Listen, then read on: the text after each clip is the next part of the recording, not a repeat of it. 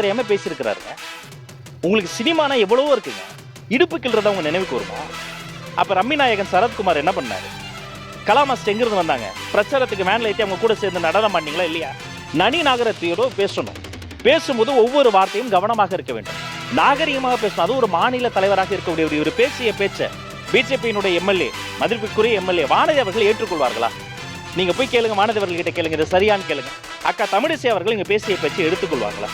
அப்ப என்னன்னா, எல்லா விஷயத்த பத்திரிகையாளர்களை எவ்வளவு மோசமா பேசினார். ஒரு பத்திரிகையாளர் சந்திப்பு நடக்குதுன்னா அங்க வரக்கூடிய பத்திரிகையாளர்களை எள்ளி நகையாடி வேறு வேறு வார்த்தைகளை சொல்லி பணத்தை இழுத்து எவ்வளவு மோசமா பேசினார். கொஞ்ச நாளைக்கு முன்னாடி டிஎம்கே ஃபைல்ஸ்னு ஒரு பெட்டியை தூக்கிட்டு வந்தார், தகர பெட்டி. அந்த டிஎம்கே ஃபைல்ஸை கொண்டு போய் கவர்னர் கிட்டே கொடுத்தார். உங்களுக்கு நினைவு இருக்கா? கவர்னருக்கும் காவல்துறைக்கும் கெடு விதித்தார். கெடு முடிஞ்சதுல என்ன சார் ஆச்சு? எதுவுமே பண்ணலீங்க. இதே 1000 கோடிங்கிறது ஒரு டிப் ஆஃப் ஐஸ்பர்க், கையளவு நீரை தான் அள்ளி இருக்கிறீங்கன்னு எங்களுடைய மதிப்பிற்குரிய தலைவர் சுட்டிக்காட்டி இருக்கிறார். பல லட்சம் கோடி உள்ள இருக்கு. நீங்க டெல்லி எடுத்துக்கங்க. டெல்லியில சற்றொப்ப 600 கோடி மதுபான ஊழலின் போது முதலமைச்சர் கெஜ்ரிவாலை கைது பண்ணீங்க. கேசிஆர் கவிதாவை கைது பண்ணீங்க. சத்தீஸ்கர்ல இதே நடந்தது. Same scenario. தமிழ்நாட்டுல கைது பண்ண வேண்டிய பாஜக போராட்டம் பண்றீங்க. குற்றச்சாட்டுக்கு ஆளான திமுக கைது பண்றீங்க. இதுக்கு பேர் தான் செட்டிங். மாஸ்டர் பட ஸ்கிரீன் பிளேயை விட இது பயங்கரமான செட்டிங். நடவடிக்கை எடுங்க சார்.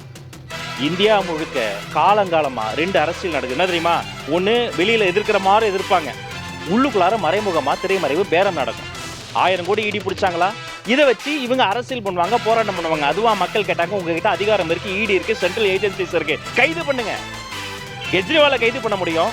அப்ப தமிழ்நாடு முதலமைச்சரை பார்த்து நீங்க பயப்படுறீங்களா? இளம் தலைமுறை அரசியல் தலைவர்கள்ல நாகரிகமாக பேசுவோம், வரவேற்பு சொல்லுவோம், நாங்க யாருமே நாகரிகம் இல்லாம பேச மாட்டோம், இப்படி எத்தனை விஷயங்கள் சொல்லி வந்தீங்க. இதுதானே உங்க நாகரிகம். அப்ப ஹேமா மாலினியும் நடிகை கங்கனா ரனாவத்தும் பாராளுமன்ற உறுப்பினர்களா பிஜேபியில் வந்தாங்களே, இந்த இடுப்புக்கிளி அரசியல் பண்ணி தான் அவங்க வந்தாங்களா? சொல்றதுக்கு எனக்கு வாய் கூசுதுங்க.